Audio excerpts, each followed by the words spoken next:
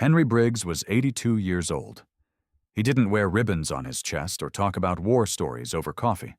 Just a quiet old man in a rusted Chevy pickup, a frayed army cap pulled low, and hands weathered from decades of service, first to his country, now to his neighbors. On that morning, he wasn't heading to a ceremony.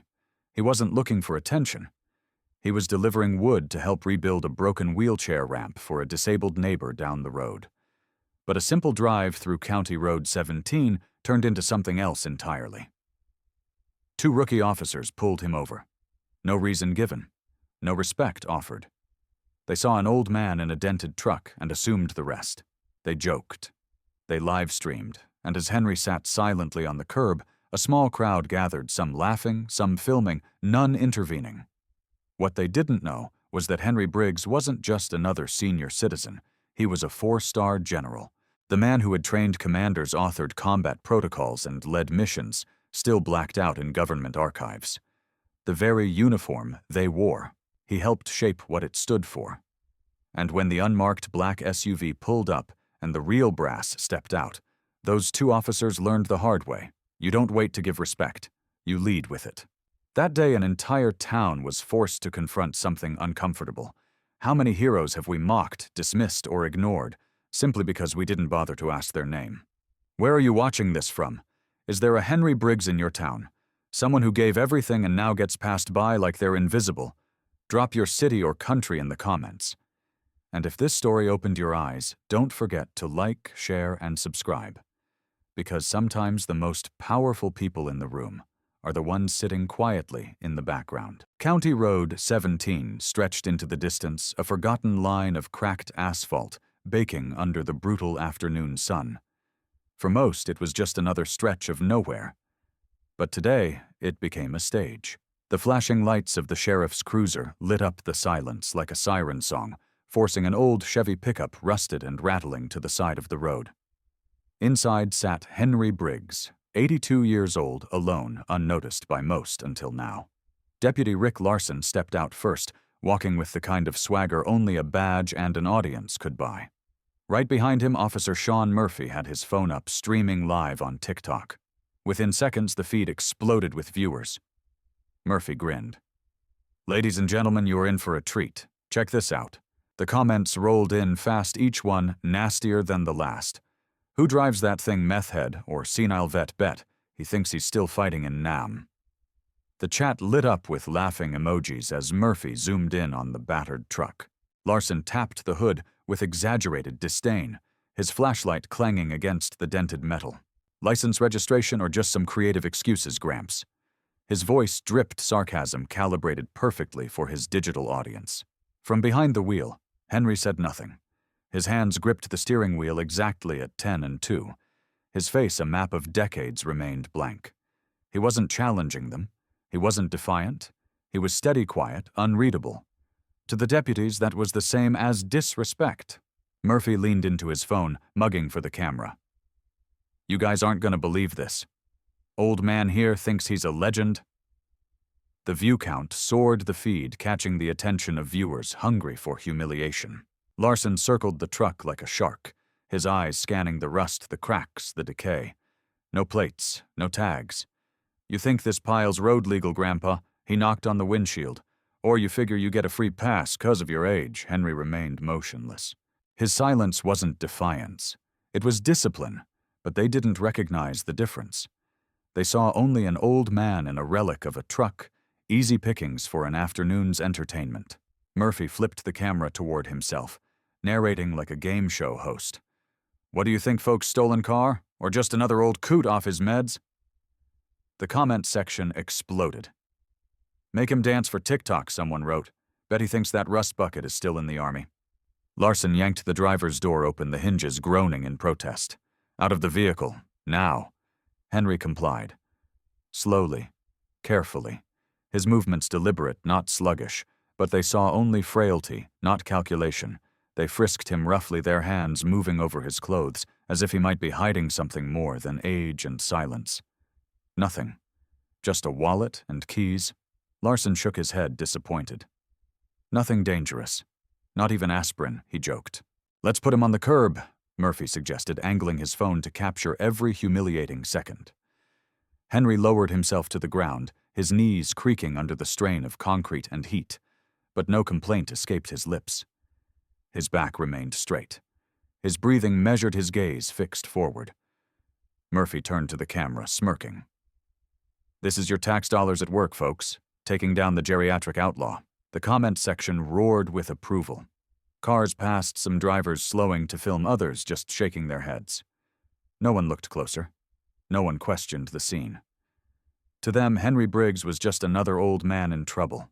Larson sipped from his iced coffee, leaning on the cruiser's hood. "What do you think, Murphy, should we call it?" in possible stolen vehicle, elderly male, uncooperative tone. Murphy laughed. "Yeah, might be a risk. You know how these old war vets get. Snap without warning." The words hung in the air like a dare, but Henry didn't bite. He sat silent, letting the heat soak into his bones. He had endured worse. He had been through worse. The jeers and mockery barely touched him. What they saw as submission was something else entirely. It was patience. The same patience that had kept him alive in jungles, deserts, and places these boys couldn't pronounce. But they didn't know that. They didn't ask. They didn't care. They were too busy building their show, feeding their audience, painting Henry Briggs as a relic of a forgotten past. And for now they were winning. But what they couldn't see, what none of them could see, was that this old man wasn't as alone as they believed. Nor was he as helpless as they assumed. And what came next would make today's humiliation look like a joke. Larson pressed harder now, as if the man's silence was an insult to his authority. "Pop the hood. Let's see what kind of garbage you got under there." Henry obeyed without a word. The hood groaned open, revealing a tired engine caked in grime, its parts held together by decades of stubbornness and skill. Larson laughed. "You rebuilt this piece yourself, impressive. Shame it's probably stolen." Murphy circled the truck, running his fingers along the rusted panels like he was examining evidence in a high-profile case. "Looks like something from a history museum. Maybe it belongs there. You know, Grandpa, it's illegal to operate a vehicle without valid plates." He paused for the camera, grinning. "Or maybe this is what they call antique charm in the nursing homes these days." Henry remained still, absorbing the taunts, like old walls absorb bullets without cracking. His face gave away nothing. Murphy leaned closer to the cargo bed, poking through the lumber screws and worn tools scattered inside. "What you got back here? Bomb parts, bootleg whiskey? What are you running, old man?" Henry's reply was soft, barely above a whisper. "Materials for a wheelchair ramp, for a neighbor down the street." The words hung there, ignored. Murphy rolled his eyes, shaking his head. Sure. Probably for your meth lab." The phone caught everything, the comments exploding with cruel jokes and memes. They moved to the cabin, pulling open the glove compartment. Out spilled a tangle of faded paperwork, an old bronze star certificate, and a yellowed photo of men in uniform, their faces locked in the past. Larson snatched the papers, flipping through them without care, snorting at the military accolades like they were Monopoly money. But it was Murphy who found the small, worn notebook tucked under the seat. The cover was cracked, leather frayed at the edges from years of use.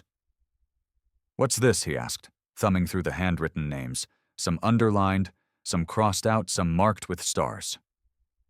Larson peeked over his shoulder. "Looks like code, military code. Or bingo night. Maybe this is how he tracks his next targets." Murphy laughed loudly, holding it up for the live stream. "What do you think, folks? Morse code. The old guy's probably planning a secret mission." "Is this Morse code?" Murphy jabbed, shoving the notebook into Henry's chest like it was evidence of treason. Henry caught it gently, his weathered hands steady, his face unmoved. Each name inside that book was a man he had led, bled with, or buried. Some were ghosts. Some still called him Sir. But these officers wouldn't understand. They never asked. They didn't want to know. Murphy tossed the photo back onto the pavement, the sun bleaching the image of young soldiers to near invisibility. Larson leaned against the truck arms, crossed the gleam of his badge, now dulled by arrogance. Well, your truck's not road legal, that's for sure. No plates, no valid registration. Hell, I wouldn't be surprised if you stole it. Had it since '68, Henry said quietly. Larson ignored him. I bet we'll find it flagged when we run the VIN. Probably reported stolen 20 years ago, and this old fart's been joyriding ever since. Murphy laughed, waving to a group of teens gathering across the street, their phones held high, capturing every humiliating second. You hear that TikTok might have cracked a cold case today. Grandpa here's been living large on someone else's ride. They made him sit again on the curb, the heat radiating off the concrete like a furnace. Henry's knees ached, but he showed nothing. They called in a possible stolen vehicle, describing him as uncooperative, suspicious. The dispatcher's voice crackled over the radio routine and indifferent. Murphy sipped his iced coffee, speaking loud enough for the camera to catch. Maybe we should check his meds. He's got that lost-in-time look. Could be dementia. Larson laughed, sitting on the cruiser's hood, enjoying the shade while Henry sat roasting in silence. To them he was a relic, an obstacle, an easy win for likes and laughs. But they didn't know that Henry Briggs had been interrogated by men far more dangerous than these. He'd stared down enemies trained to break bodies and minds. He'd survived with scars deeper than these boys could imagine. What they saw as compliance was calculated stillness, because Henry understood one thing they didn't. In a game of patience, the loudest man always lost first, and Henry Briggs, he had no intention of losing. The spectacle on County Road 17 had taken on a life of its own. What began as a humiliating stop had morphed into a circus. The crowd thickened, drawn by flashing lights, the lure of viral fame, and the irresistible urge to point and laugh. Cars slowed to a crawl, passengers leaning out to snap photos of the old man on the curb. Some drivers honked mockingly, others rolled down windows to throw insults. Henry had heard more times than he cared to count. On their screens, the live stream gained momentum, the view count climbing with every smirk, every off-colored joke. The comments scrolled in rapid fire, more vicious by the second. Veteran or vagrant, someone typed. Guess the war forgot him, another quipped. The video feed panned over Henry sitting motionless, framed by two laughing deputies. To the online masses, he wasn't a man anymore. He was a meme. A group of teenagers on scooters rolled up grinning as they took in the scene. One boy, no older than 16, crouched beside Henry, holding his phone high to capture a perfect angle. Without shame, he snapped a selfie, flashing a peace sign next to Henry's impassive face. "Yo guys, check it," the boy shouted, spinning to face his friends. "Homeless Rambo in the wild, trending boys." The laughter was instant, cruel, and loud. The image spread faster than gasoline on a flame. Within minutes it appeared on every social platform, captioned with variations of "Gramps got caught slippin'" and "When the past catches up."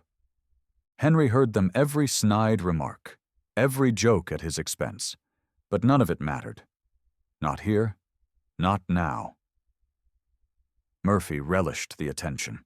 He strutted before the crowd, camera in hand, narrating every humiliating second like it was part of a game show. "Let's give it up for the war hero, folks," he bellowed. "Don't be shy. He loves the attention." Larson leaned against the cruiser, chuckling.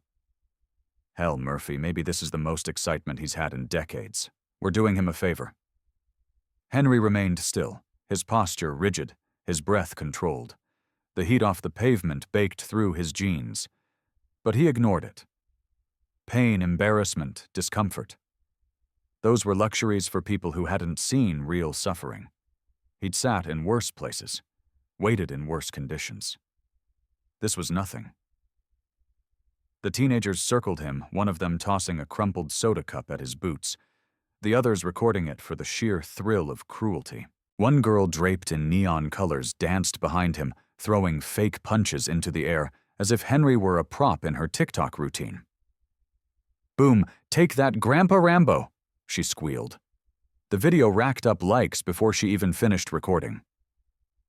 Henry's gaze stayed fixed ahead, seeing none of them, yet seeing everything. He knew the type, the bullies who needed an audience, who mistook cruelty for strength. Let them laugh. He'd learned long ago that patience was its own form of defiance. Murphy paced in front of him, waving the camera like a baton. "Come on, Grandpa, say something for the fans. Tell us about the glory days. How many bad guys did you take down, or did you just lose your mind along with your license?" The crowd howled, chanting mock cheers, performing exaggerated salutes that melted into jeers. One teenager pulled up his shirt to reveal a toy water gun, posing beside Henry, like he was making a citizen's arrest. The crowd roared louder. Cars honked in support. But amid the roar of mockery and the flood of digital cruelty, one figure stood apart. Leaning silently against the smudged glass of the gas station's front door, Mike Anderson watched the scene unfold. He didn't raise his phone. He didn't join the crowd. His arms stayed crossed, his brow furrowed, his lips pressed in a grim line. He watched Henry closely, the lines of recognition forming slowly, painfully, as if dredged from another lifetime. A name he hadn't heard in years whispered in the back of his mind. Briggs. Could it be the old man sitting on the curb, the one these fools mocked without hesitation? Looked familiar. Too familiar. For now, Mike said nothing. For now, he only watched. The crowd didn't notice him. They were too busy performing, feeding the algorithm, oblivious to the history sitting right in front of them. Murphy spun once more, raising his phone high above the crowd. "Let's hear it, folks, for Grandpa Rambo, our town's newest celebrity." The cheers erupted again. Erupted. But Mike Anderson's eyes never left Henry Briggs. And in that silent stare, something long buried started to rise. Mike Anderson had seen enough. He'd spent 20 years in uniform, fought in wars the media barely covered, and buried friends whose names no one would remember. But what he saw today, on County Road 17, struck a deeper nerve than any battlefield. The sight of Henry Briggs, that Henry Briggs being mocked like a stray dog, while punks in uniform laughed above him, was more than he could stomach. The crowd still roared. Murphy and Larson strutted like kings, feeding off their digital fame, oblivious to the reckoning heading their way. Mike turned away from the scene, stepping inside his dusty gas station, the door chime barely audible over the chaos outside. His hands, though steady, moved faster than they had in years, reaching for the landline mounted behind the counter. It was old like everything in the station, but the number he dialed hadn't changed in decades. It rang once. A voice answered. Crisp. No introduction. No pleasantries. Mike didn't waste breath. "Sir, it's Mike Anderson. You're not going to believe who they've got sitting on the ground like a criminal." There was a pause on the other end.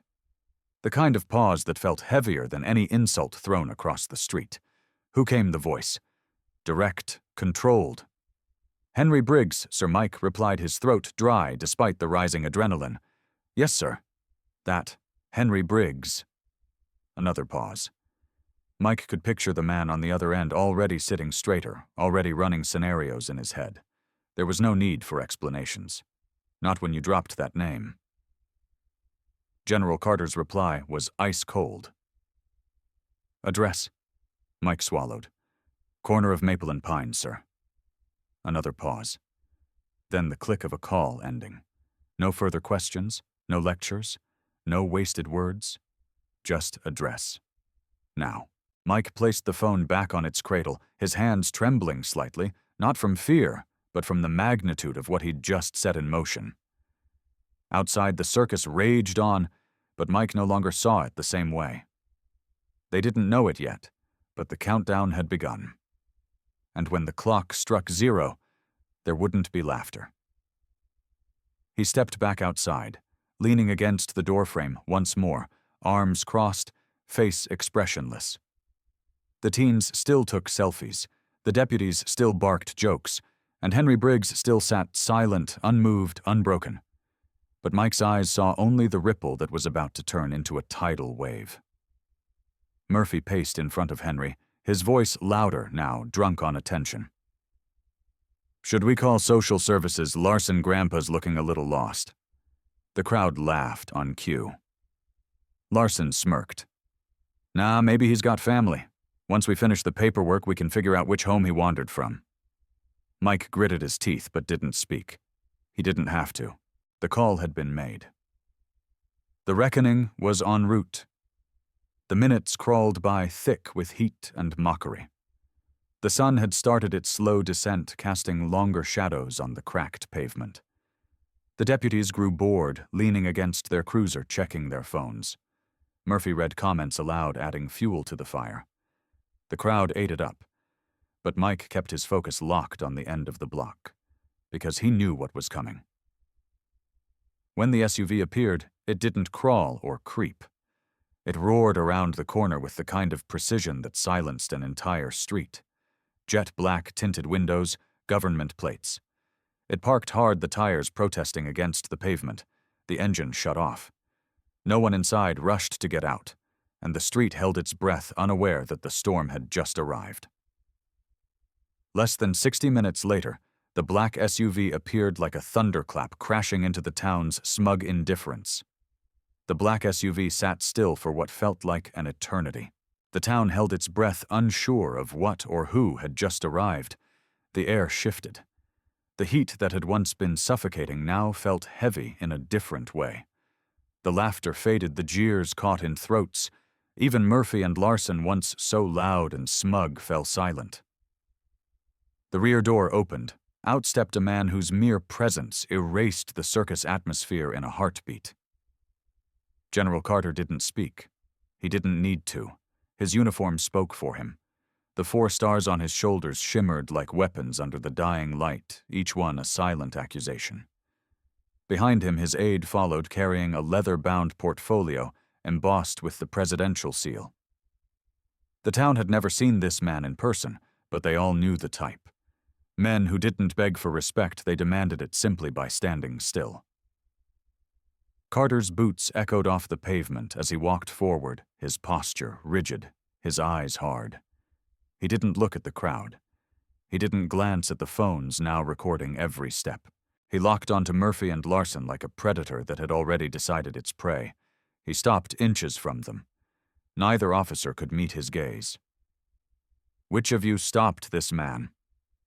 Carter's voice cut through the air like a blade, cold and sharp, the kind of tone that could strip rank from a man without paperwork. Larson opened his mouth, but no words came out. Murphy shifted uncomfortably, the bravado drained from his face. Carter pointed his gloved hand, steady as stone. "You just stopped the man who taught me how to survive." 6 words, spoken without anger, without volume.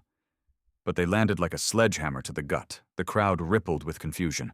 Whispers tore through the air. "What did he say? Who is that guy?"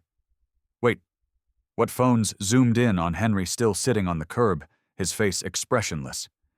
The same man they had mocked now seemed different, larger, like a ghost stepping into focus. Murphy swallowed hard. "Sir, we were just following protocol." Carter cut him off with a look. "Protocol? You don't even know who you stopped."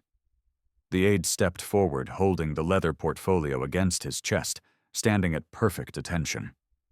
The silence was absolute now.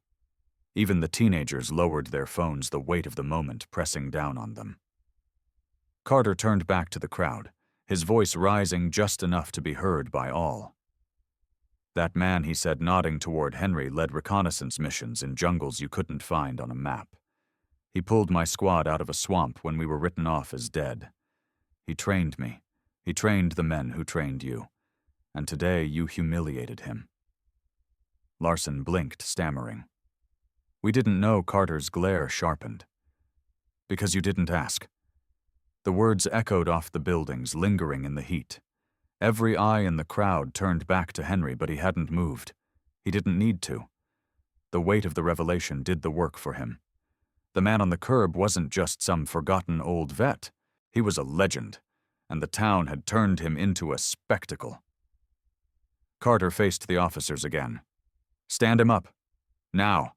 And you don't touch him unless he gives you permission." Murphy and Larson scrambled, suddenly unsure how to move. Henry, without waiting, rose slowly on his own, standing taller than both of them, his gaze level, unflinching. Carter saluted him. Henry returned it with the kind of precision no academy could teach. The crowd stood frozen, as if realizing all at once the depth of their mistake. Phones still recorded, but now no one jeered. The laughter had died, replaced by something heavier. Shame. And with 6 words, General Carter had shattered their arrogance, forcing an entire town to see the man they tried so hard not to see. And from that moment, the community had no choice but to look at Henry Briggs under a different light. General Carter didn't need a microphone. His voice carried through the thick summer air with the force of a command meant to break through ignorance. He faced the crowd, now silent, their earlier jeers shriveled into something closer to fear. This man Carter began his tone, not raised, yet every word struck like a hammer, is Henry Briggs. Some of you might think you know him now. You don't, not yet. He paced slowly, the weight of his boots deliberate on the pavement. The aide at his side opened the leather portfolio displaying documents that shimmered under the last rays of sun. Seals, stamps, signatures, all official, all undeniable. Henry Briggs isn't just a veteran, Carter continued. He's the man behind missions that don't appear in textbooks, or on the news, or in the stories you swap over coffee. He turned, locking his gaze onto the officers first, then sweeping over the crowd. In 1986, a classified extraction deep inside the Colombian jungle, 23 hostages rescued, every life accounted for, led by Sergeant Major Briggs. The whispers started again, hushed, confused. In 2002, at age 60, he came out of retirement to train special operations units for post-9/11 missions. His survival techniques became the gold standard. His methods have saved more lives than any of you could count. He paused. The silence was suffocating. 3 presidents have shaken this man's hand, Carter said flatly. None of them gave him a parade. He didn't want one. He still doesn't. Murphy shifted his weight from foot to foot, the color draining from his face. Larson stared at the ground, his earlier arrogance now reduced to something brittle and hollow. But Carter wasn't done. He gestured toward the black SUV. The aide produced a laminated map, lines drawn in red marked with cryptic notations. Some of you think today was your show, that live streams and hashtags make you important. You know nothing about real importance, about real sacrifice. He pointed to a spot on the map, a location with no name, only coordinates. This place, you'll never find it on a map. But the techniques Briggs developed there in '91 saved 18 paratroopers trapped behind enemy lines. Techniques that are still classified. Techniques that kept me alive. He let the words hang heavy. His technique saved the lives of 18 paratroopers in an uncharted mission. The crowd gasped. The hook landed like a slap to the face. They couldn't laugh that away. Carter turned toward Henry, giving him the nod. Only soldiers understood. And yet today, your town, this town, thought it fitting to let 2 boys in uniform humiliate him for your entertainment. No one answered. They couldn't. Henry stood unmoved. His face didn't soften. His posture remained military straight. But those closest to him noticed the subtle shift in his stance. Shoulders just a fraction taller. Chin slightly lifted. Carter faced the crowd again, his voice sharper now. You don't get to mock him. You don't get to assume. And you sure as hell don't get to treat a man like Henry Briggs like some washed-up relic because your world's too small to see beyond the rust on his truck. Phones recorded in silence now. No more comments flooded the feed. No more jokes. A man near the back, once among the loudest, removed his hat, his gaze dropping to the pavement. A woman dabbed her eyes, realizing the man she'd laughed at hours ago had probably saved people like her son serving overseas. Carter's voice softened, but the steel remained. You all wanted a show today? You got one. But it wasn't Henry Briggs who made a fool of himself. Larson opened his mouth, but Carter's glare pinned him silent. The town stood still. Even the kids who had thrown cans now kicked them aside sheepishly, their screens pointed at the ground. General Carter stepped closer to Henry once more, saluting him again, louder, this time sharper. Henry returned the salute. From Kebiche now, Henry Briggs now stood like a mountain amid a crowd that couldn't meet his gaze, and the town once smug now found themselves bowing their heads not out of duty, but out of shame. The silence stretched thick across the street, pressing down on the townspeople like a weight they hadn't known they carried. What once had been a gleeful, mocking crowd now stood in fragmented clusters, their eyes no longer locked on their phones, but fixed on Henry Briggs. It started small. A woman near the front, her voice trembling, broke the hush. He built the ramp for my father's house," she whispered, almost as if confessing a sin. "When Dad lost his legs, Henry just showed up one morning, didn't ask, didn't charge, just built it." The words cracked something open. An older man with a cane cleared his throat. "That's right. Delivered groceries to the senior center, every Wednesday, rain or shine." Others nodded. The realization rippled through them. They hadn't seen it before, or maybe they had, and chose to ignore it. A scoutmaster pushed forward, his voice thick. "He taught our boys wilderness survival last summer. Wouldn't even take gas money. Told them, 'You'll pay me back when you teach someone else.'" The crowd swelled closer, faces flushed with something heavier than embarrassment. It was as if their eyes had only now adjusted to see Henry Briggs, as he really was not the man slumped on a curb, but the one quietly holding up the weak beams of their forgotten community. Another voice cut through. "That truck, it hauled supplies during Hurricane Andrew. I was there. He drove through 4 feet of water, didn't stop once until the last family was safe." The town murmured, the tide of recognition rising fast now. "He repaired the church roof after the hailstorm," someone else added. "He fixed the generator at the VFW hall. The high school gym's bleachers, he welded them himself." One by one, the memories surfaced, stacking upon each other like bricks they'd never acknowledged.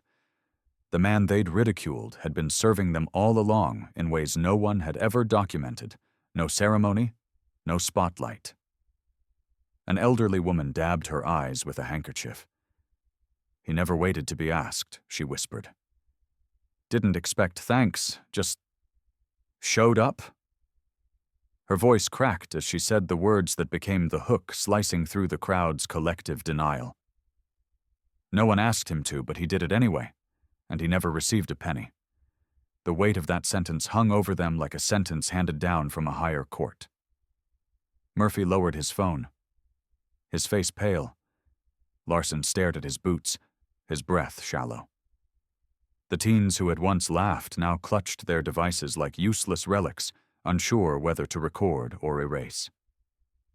General Carter watched the town squirm under the truth, but he said nothing more. His job was done. Henry remained silent, always silent, and that silence now screamed louder than any accusation. The townspeople shuffled closer to him, some reaching out hesitantly, as if to touch his sleeve to bridge the chasm they'd dug themselves into. But Henry didn't flinch. He didn't smile. He didn't acknowledge their sudden change of heart, because Henry Briggs didn't need their words. He didn't need apologies or declarations of guilt. He had always known who he was. It was them who had forgotten, and he would remind them not with speeches or scolding, but with a lesson only someone like him could deliver.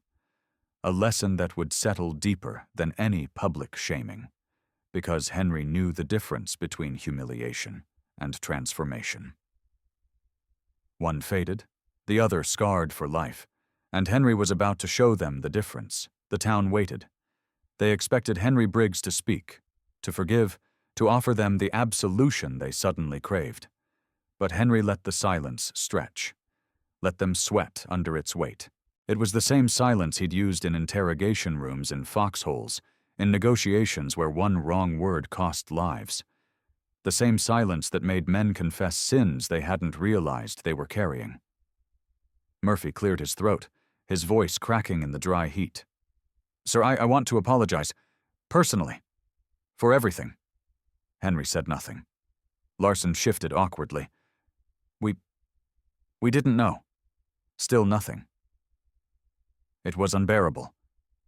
General Carter stood off to the side, arms crossed, watching them squirm, letting Henry control the room without raising his voice, without raising anything but the truth that hung heavy in the air. Finally, Henry spoke. Not loud, not dramatic. But every syllable landed like a hammer. "Don't apologize to me," he said, his voice rough-measured, sharpened by decades of use only when necessary. "Apologize to the next old man before you decide he's nothing." The words hit harder than any shout ever could, the hook carved through the crowd, leaving no one untouched. Murphy lowered his head. Larson's lips parted, but no sound came. The teens stared at their phones, no longer recording, just holding them like anchors, in a moment where technology had no power. The townspeople swallowed hard, each feeling the sting of those words in their own way. Henry wasn't interested in their regret. He wasn't interested in their promises. His words weren't for himself. They were for the next Henry Briggs, the man they wouldn't see, the woman they'd dismiss, the veteran they'd mock, the stranger they'd judge before knowing. Henry turned slowly, deliberately scanning the crowd with eyes that had seen more wars than they had birthdays. "Don't make this about me," he said. "Make it about the next one." He didn't wait for applause. There wouldn't be any. He didn't wait for a handshake. He wouldn't take one. He left them standing in their shame, letting it marinate, letting it fester into something that might one day grow into action. General Carter finally stepped forward, but he didn't speak. He didn't need to. Henry had said enough for both of them. Murphy turned to his partner, his voice barely a whisper now. We have to fix this." Larson nodded, but his face showed the weight of knowing that fixing it wouldn't be easy, wouldn't be quick. The chief of police arrived minutes later, pushed forward by the tidal wave of social media outrage now consuming their town. He made a show of discipline of concern, but even his polished words felt hollow against the raw lesson Henry had delivered. No one wanted speeches anymore. They wanted change, and it began right there in the dust of County Road 17. The sheriff called an emergency meeting with the department that evening. Officers were ordered to stand down from patrol. An internal review was launched. The city council scheduled a town hall for the following day. Policies that had been buried in manuals were pulled from drawers, rewritten with new eyes. A proposal was drafted for mandatory veteran sensitivity training. Not the checkbox kind. The real kind. The kind that started with reading every line of Henry Briggs's service record, from classified rescues to the grocery deliveries no one ever asked for. Murphy and Larson were placed on administrative leave, but Henry Briggs didn't care about any of that. He didn't wait for the news to broadcast the reforms. He walked back to his truck, he climbed in, and he drove away. Because for him, the lesson had been delivered. He had left it on their doorstep. What they did with it next was on them. And inside the walls of the police station that night, as embarrassed officers gathered in stiff silence, a conversation none of them wanted to have finally began, a conversation that would change the face of the force from the inside out. The town thought the day had ended when Henry Briggs drove away. They were wrong. That night, the city council chambers overflowed, not with reporters or activists, but with citizens, police officers, and officials who could no longer hide behind silence or procedure. The events on County Road 17 had ripped off the mask the town wore. What remained underneath was raw, ugly, undeniable. Henry Briggs stood before them, not because he wanted to, but because someone had to. He didn't speak from behind the podium. He refused to stand under the spotlight. Instead, he took his place at the center of the room, where every eye had to look at him directly. No filter, no projection. His presence alone filled the space, heavier than the cheap chairs and hollow platitudes that usually filled these meetings. "I didn't come here for an apology." Henry began, his voice, steady, deliberate. "I didn't come here for a medal or a ceremony. I came here because this town thinks what happened yesterday was about two boys in uniform making a bad choice." He paused, letting the words settle into the room's bones. You're wrong. The silence dared anyone to challenge him. No one did. What happened on that road isn't a mistake, Henry continued. It's a symptom. He pointed not at Murphy or Larson specifically, but at every officer in uniform, at the mayor, at the sheriff, at the council members pretending their chairs would shield them. You created them, Henry said. Your policies, your systems, your refusal to teach judgment because it's easier to teach procedure. The chief of police shifted uncomfortably. We have protocol, Mr. Briggs. Henry cut him off with a glare. Protocol is what they hid behind when they pinned a man to the ground because his truck looked old. Protocol is what cowards use when they don't have the courage to see the human being in front of them. A murmur rippled through the chamber. Henry didn't slow down. I've seen this before, he said, his voice tightening. Vietnam. Young men trained to follow orders without context. To see a uniform or a flag and forget the person beneath it. You know what happens when that's all they learn. They kill the wrong people. They destroy villages they never bothered to understand. They come home broken because they were taught to follow, not to think. The room sat in frozen silence. Even the air conditioning seemed to stop. We told ourselves we'd never make those mistakes again. Henry went on, his voice cracking like gravel under boots. But here you are, teaching a new generation to hide behind badges and checklists instead of looking a man in the eye and asking themselves, who am I dealing with? What's his story? What if I'm wrong? He turned to the officers. You want to wear the badge, fine, but you don't earn that right by memorizing procedures. You earn it by respecting the people you swore to protect, even when they're old, even when they look like they don't belong. Especially then. Henry let the words hang, then softer but deadlier. You teach them to wear badges, but you don't teach them to respect people. The hook sliced through the room. No one moved. No one blinked. He stepped back, letting the silence do the rest. General Carter stood quietly by the door. He didn't speak. He didn't have to. His face told them all they needed to know. The mayor cleared his throat, fumbling over his prepared statement. Mr. Briggs, the city will review our training programs. We'll ensure this never happens again. Review. Henry interrupted, shaking his head. You don't review a system this broken. You tear it down and rebuild it. His words cracked the council's facade wide open. You want to fix this? He asked, his voice still calm, still cutting. You start by admitting the rot's not in 2 patrol officers. It's in your foundation. You've trained them to be rule enforcers, not community protectors. People in the audience nodded now. They couldn't look away. And until that changes, Henry finished, this will happen again. And next time it won't be an old man with a rusted truck. It'll be someone younger, someone who fights back, and your whole town will pay the price for what you refused to learn today. The mayor sat down, his face pale, his lips pressed into a thin, useless line. The police chief, flanked by his command staff, lowered his gaze. The crowd was no longer angry. They were ashamed. And in that shame, the seed of real change finally found purchase. The city council had no choice. That night, under the weight of Henry's words, they voted unanimously to suspend the current police training curriculum.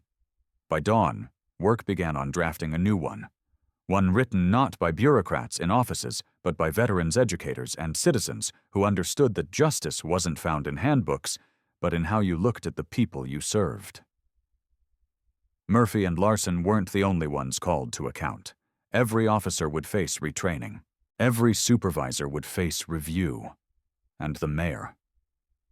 He would face an election under the glare of a town that no longer swallowed platitudes. Henry didn't stay to watch them squirm. He had already delivered his lesson, and the town would spend months, maybe years, unpicking what he had laid bare in a single night. By morning, County Road 17 was no longer just a stretch of cracked pavement on the outskirts of town. It was trending. News vans rolled in before sunrise, their satellite dishes scraping the pink sky.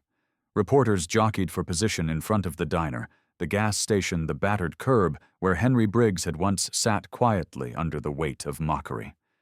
They called it a scandal, They called it a wake-up call. They called Henry Briggs a hero.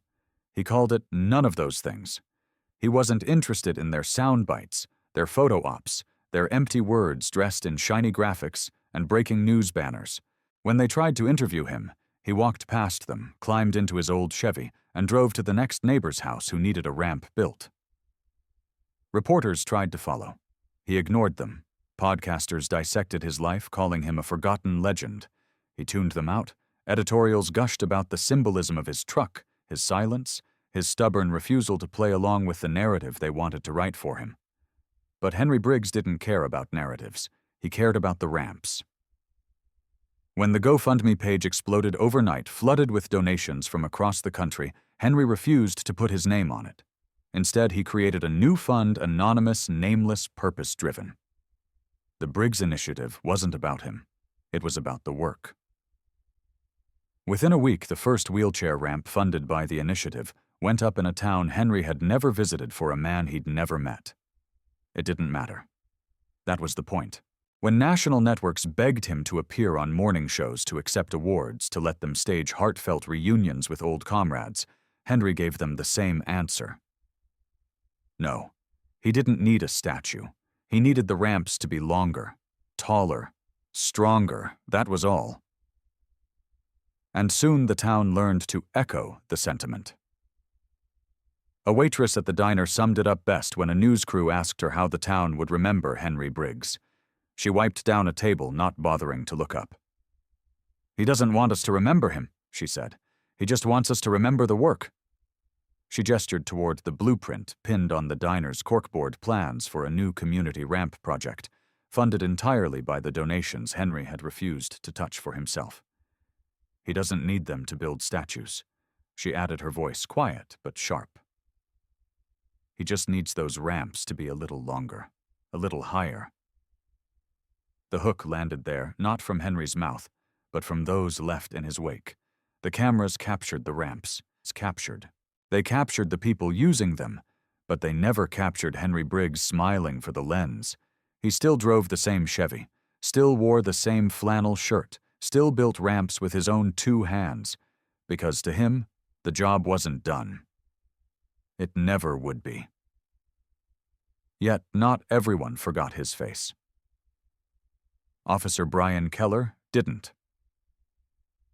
Weeks after the incident, after the town quieted, after the national media moved on to fresher stories, Keller sat in the empty break room of the police department, staring at the laminated card pinned to the corkboard. It read, "You never know who you're stopping." Underneath was Henry Briggs' photo official, now attached to the new rookie orientation binder. Keller stared at it longer than the others, because he couldn't forget. Not the look in Henry's eyes, not the patience, not the weight of it.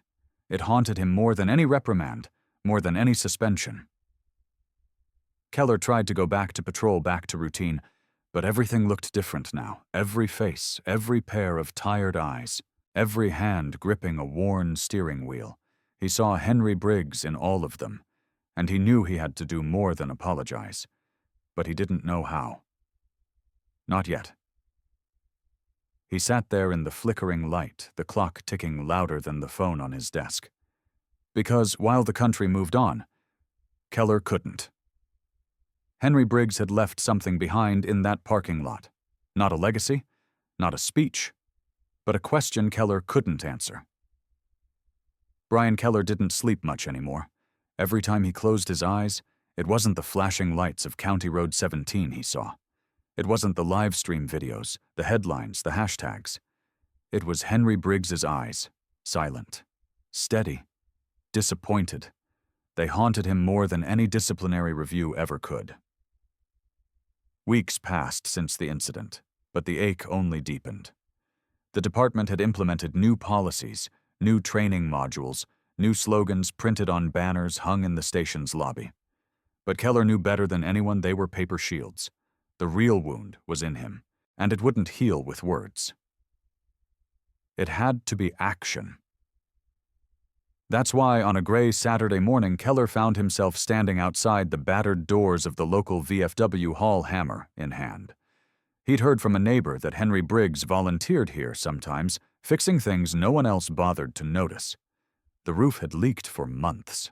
No one had touched it. Keller hadn't asked permission to be here. He wasn't even sure what he would say, but he knew this was where he needed to start.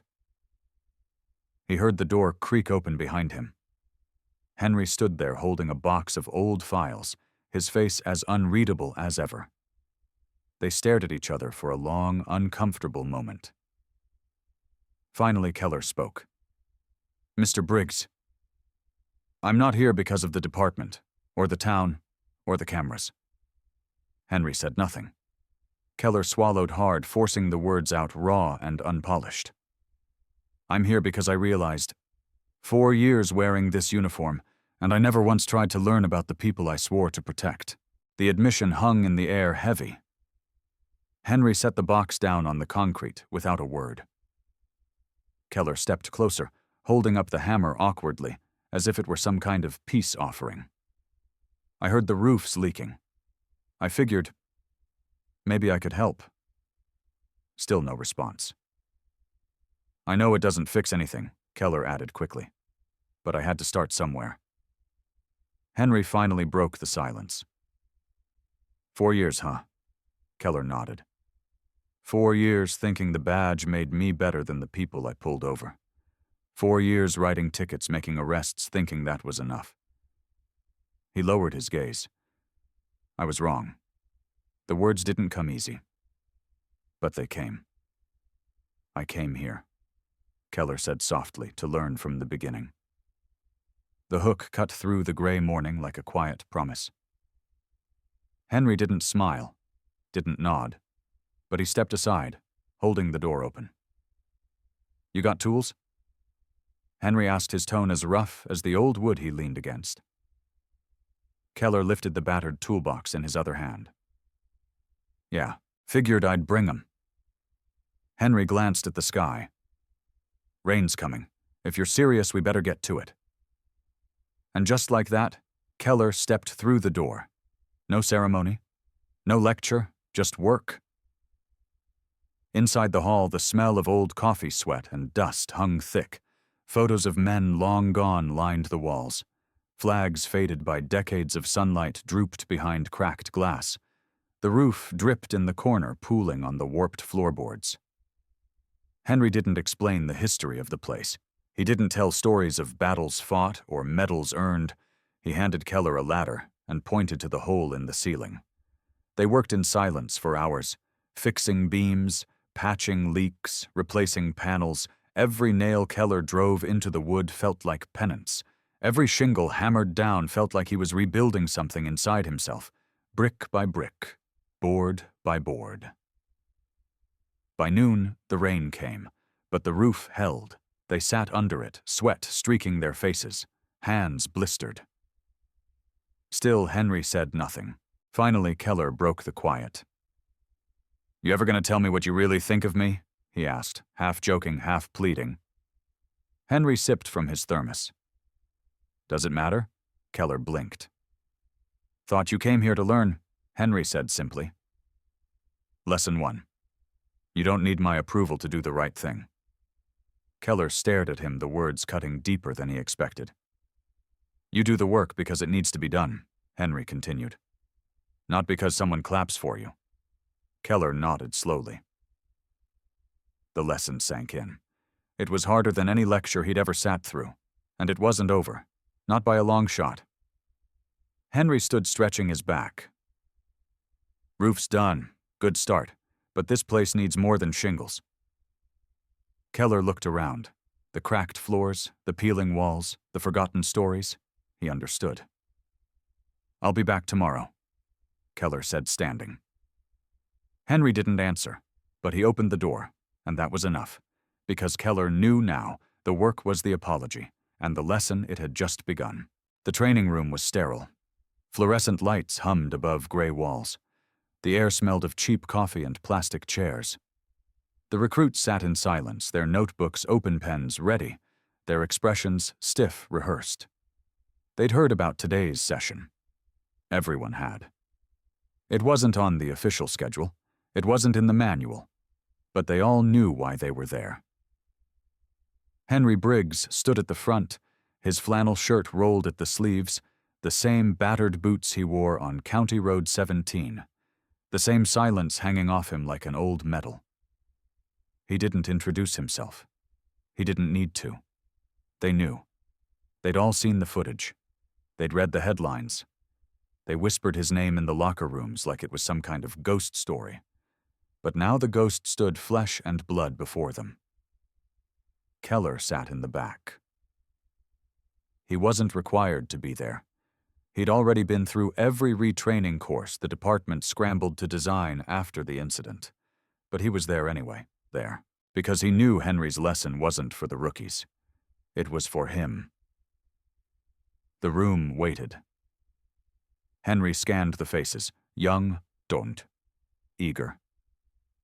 Uniforms still stiff from the press of the academy, they reminded him of men he'd led decades ago. Men who thought they knew everything until they faced something they couldn't control, until they faced themselves. He let the silence stretch. Some of them shifted in their seats, uncomfortable under the weight of it. Good, they needed to feel it. Finally, Henry spoke. 11 words. Respect comes first. He said, his voice low but clear. Not last. He didn't explain. He didn't repeat it. He let it hang. Some recruits looked at each other confused. That was fine. They'd get it later. Henry walked to the exit without another word. No lecture, no presentation, no PowerPoint. Because he knew the difference between knowledge and understanding. They could memorize laws, they could master tactics, but if they didn't start with respect, they were just enforcers in uniform. Keller followed him outside. Henry leaned against his old Chevy, lighting a cigarette. He didn't offer Keller one. He didn't say anything. Keller broke the quiet. You think they'll get it? Henry took a long drag, exhaling slowly. They'll remember it longer than they'd remember any speech. Keller nodded. He believed it because he had. That was the power of 11 words, shorter than a report, sharper than a reprimand, enough to crack open a generation's thinking. Inside the training room, the recruits sat frozen. Some scribbled the words in their notebooks. Some just sat letting them sink into their bones. No one laughed. No one dismissed it.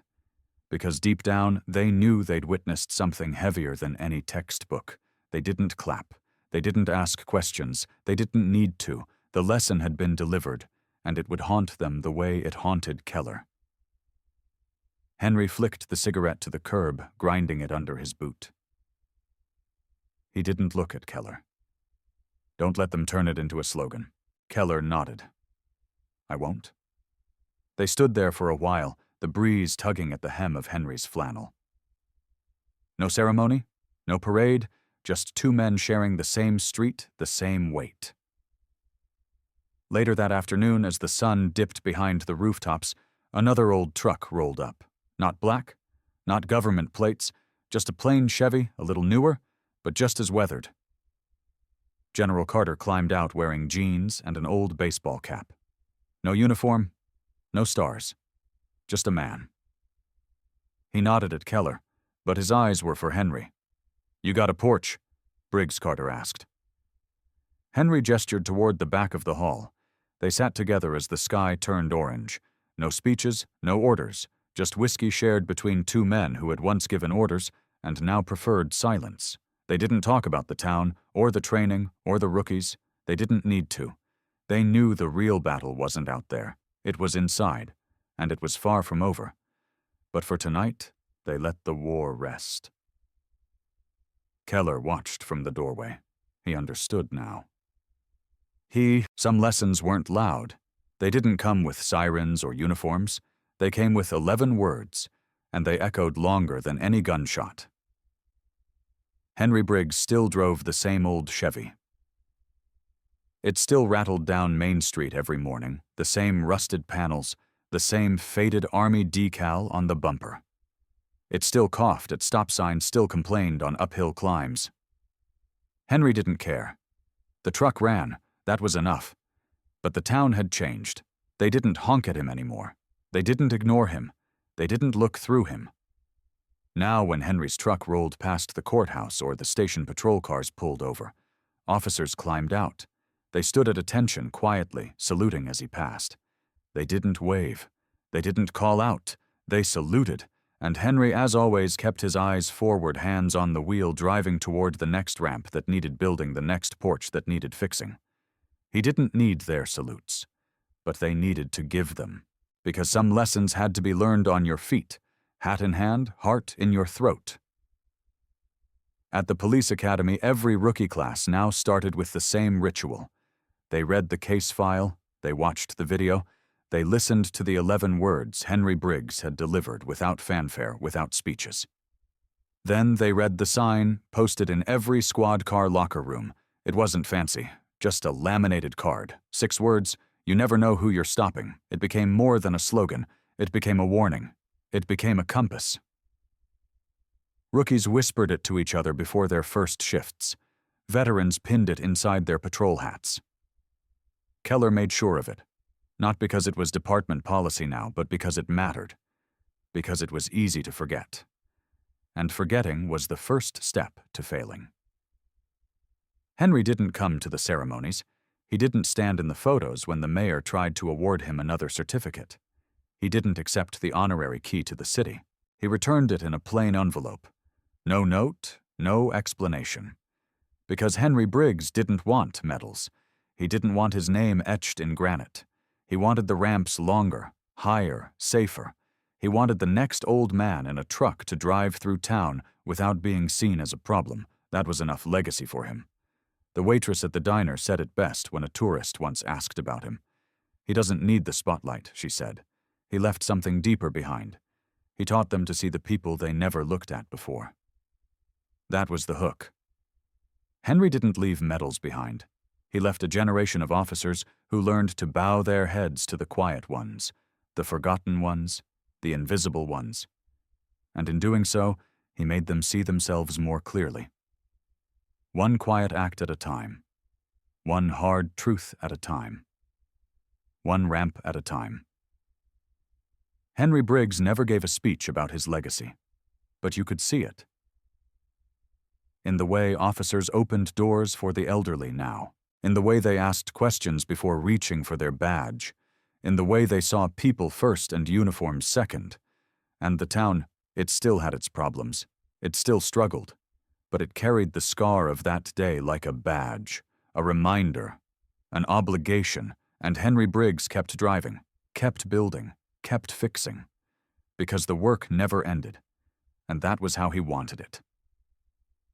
On quiet mornings, you could still find him sitting on the tailgate of his Chevy, sipping coffee, staring at the road like it held the next lesson no one else saw yet.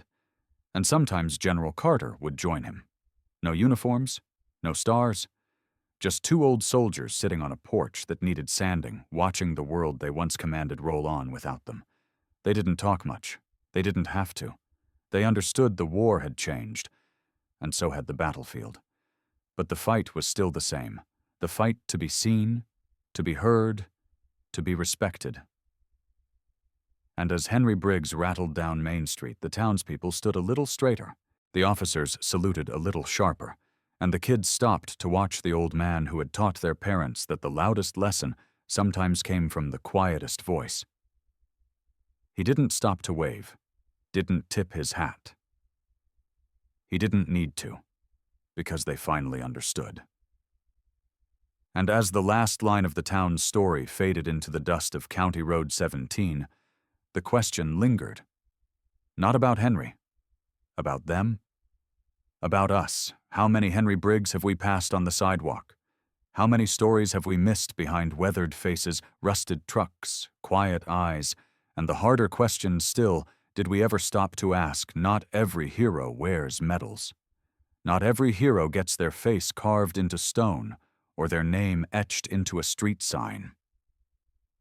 Some heroes drive rusted old trucks down forgotten roads. Some heroes build ramps instead of chasing recognition. Some heroes like Henry Briggs never wanted a crowd or a headline, but they left behind something more permanent than metal or marble. They left behind a lesson. And if you've been with us through this journey, if you've felt even a fraction of the weight of Henry Briggs's story, You already know it wasn't about him. It was about all of us. It was about the people we overlook. The quiet ones, the worn-down ones, the ones we mistake for nobodies. Henry Briggs's story started as a humiliation on a roadside. It started with mockery arrogance and a town too wrapped in its own routine to see the man sitting right in front of them. But it didn't end there, because Henry Briggs refused to let it, not by shouting, not by demanding, by doing what he always did, showing up, showing the work, and teaching by action, not words. That's the part of this story that lingers long after the headlines fade, after the reporters pack up, after the hashtags drift away. Because Henry Briggs wasn't interested in the noise, he was interested in the cracks, the places no one else saw, the people no one else noticed. He taught an entire police force that you don't lead by following a checklist. You lead by respecting the people who are invisible to others. He showed a town that kindness isn't found in ceremonies. It's found in the quiet moments when no one is watching, when there's no reward, when it's just you and someone who needs help.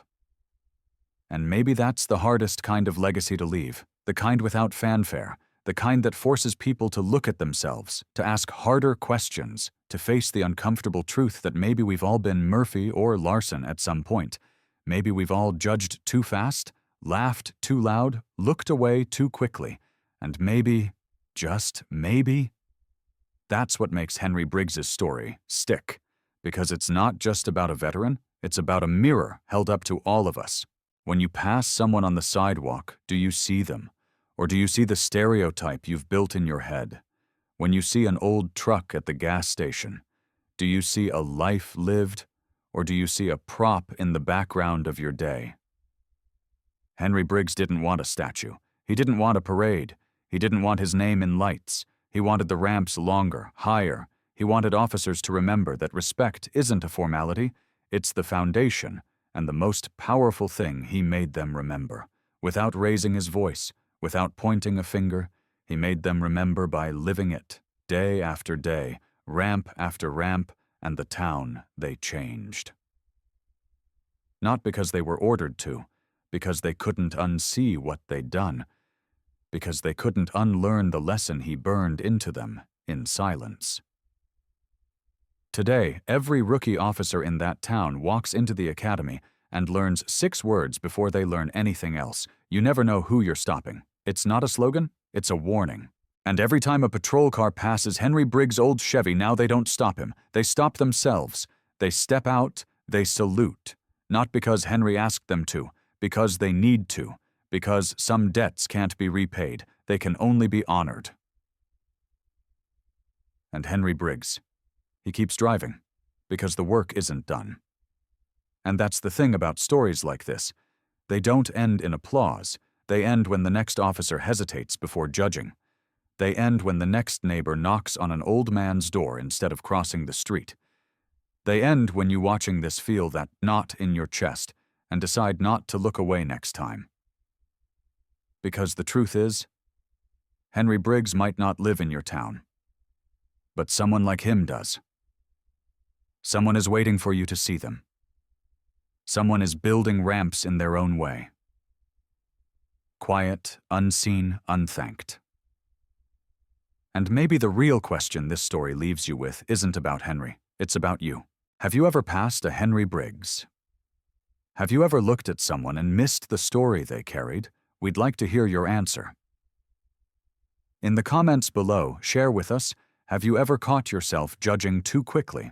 Or maybe you've been the one overlooked, unseen, unheard. Share your story. Because stories like this don't live in silence. They live when we share them. And if this story made you pause, made you think, made you feel, help us make sure more stories like Henry's get told. Like, to share, subscribe. Not for us, for the people like Henry Briggs who never asked to be seen, but deserve to be. Thank you for being here, and remember, next time you think you know someone's story, pause, look again. Because you never know who you're stopping.